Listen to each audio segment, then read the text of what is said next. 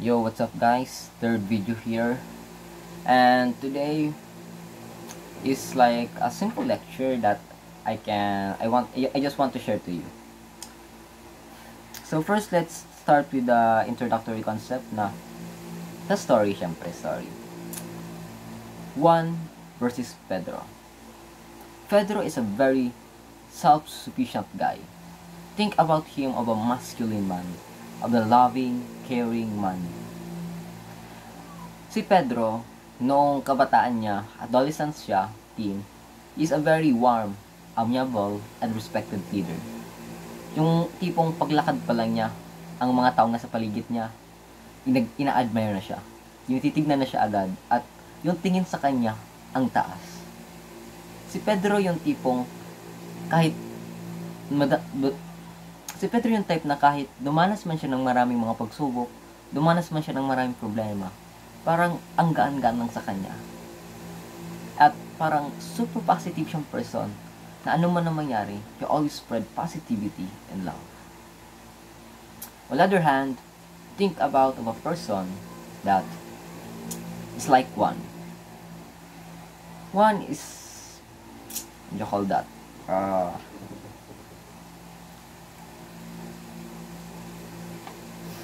Yeah. So, okay, continue. So, wala ako doon. So, Juan is the type of person na ang love niya sa sarili niya, ang pagtingin niya sa sarili niya is nakadepende sa iniisip ng iba. He always wear nice, flashy, fancy clothes. Think about him of that Mr. Rich guy, where he constantly look for other people. He look at their face if they approve him. And whenever he found someone na hindi siya ina-approve, parang feeling niya, super sad niya na. Think in a way that parang ang kanyang happiness nakadepende sa iniisip ng iba. Pedro versus Juan.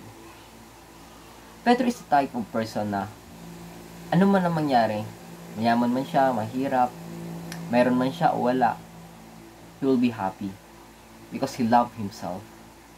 On the other hand, si Juan is yung tipong takot. Takot siyang mawala meron siya. Takot siyang mawala kung anong na-achieve niya. Takot siyang mag-back to zero. Kasi iniisip niya, ano kayang iisipin ng iba? Very conscious siya sa iniisip ng iba. Where in fact, other people really do not care that much. When in fact, 20 years from now, hindi naman nila isipin na, ay, yun si Juan, nakita ko dating mayaman yun, wala yung ano niya, for one day. No, bro. Other people is not like that.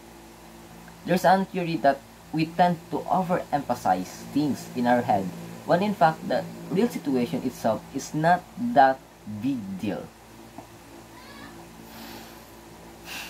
Haya. So, the concept na I'm trying to imply in this story is that no matter what happened, focus first in yourself. Focus first in growing your self-love, self-esteem. Self-love in a way that ano man na mangyari, mahal mo ang sarili mo.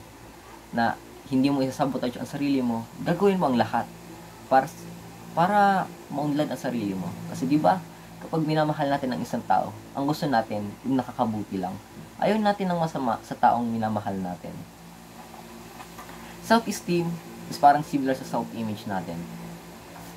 We must grow our self-image and self-esteem. Growing self-esteem means having the confidence and viewing yourself in a right, positive manner. Self-esteem can be trained.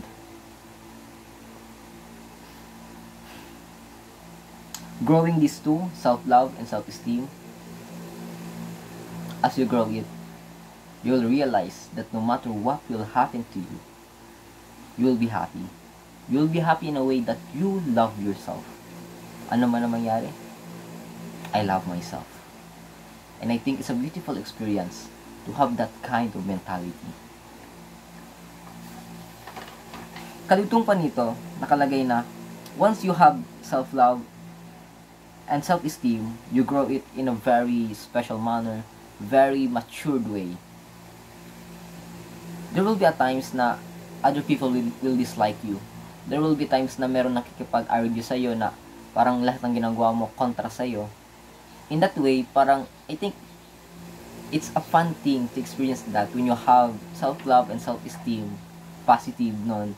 Kasi, once you encounter this situation, ang mangyari, parang hindi ka na masyadong naapektuhan. Because, ano man ang isipin nila, ano man ang opinion nila sa'yo, you don't give a care. Why?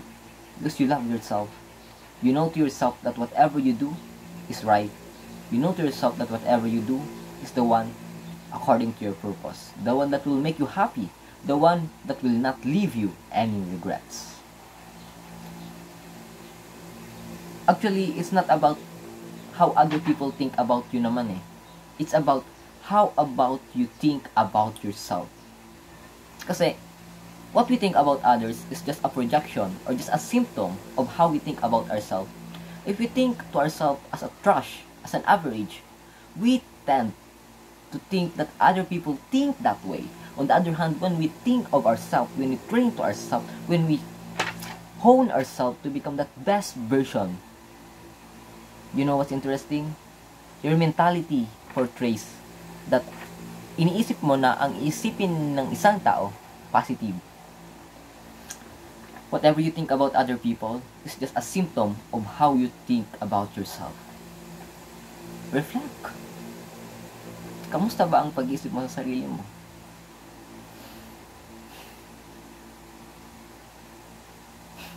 There's a interesting quote here and I just want to share it.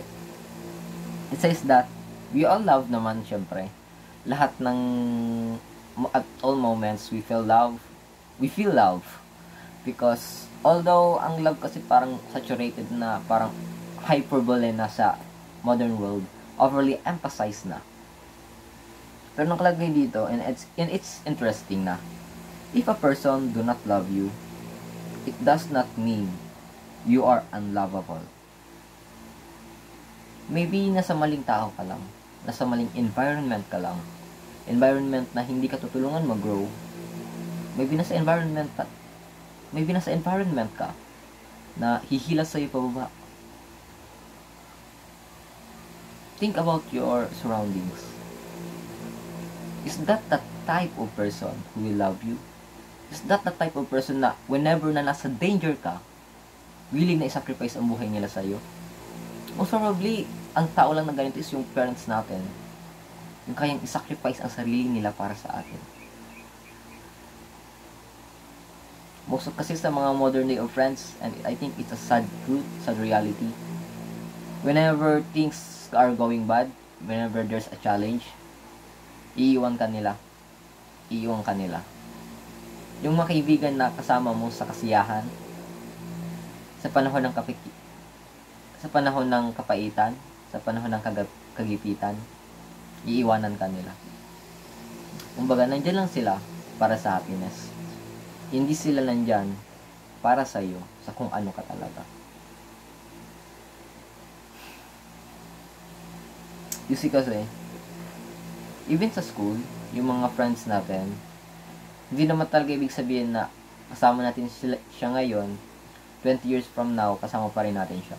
Maybe you have a best friend, and I think in my experience, that is what happened. Na inaakala ko, until grade 12, makakasama ko siya. Pero nahihuli lang kami ng section, parang yung time, commitment namin sa isa't isa, at dahil sa circumstances, parang nawala.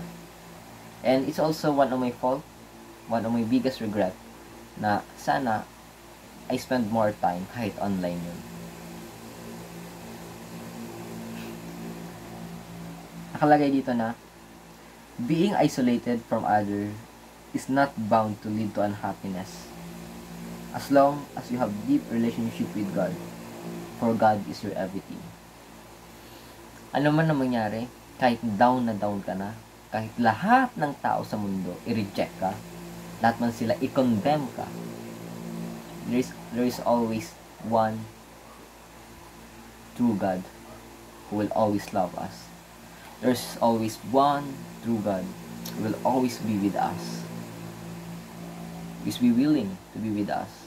Who is willing to love us, forgive us, teach us, guide us, support us, heal us. And I think it's a beautiful experience when you grow your self-love, self-esteem, and you also grow your deep relationship with God. Always do your best to your future self. Mwah.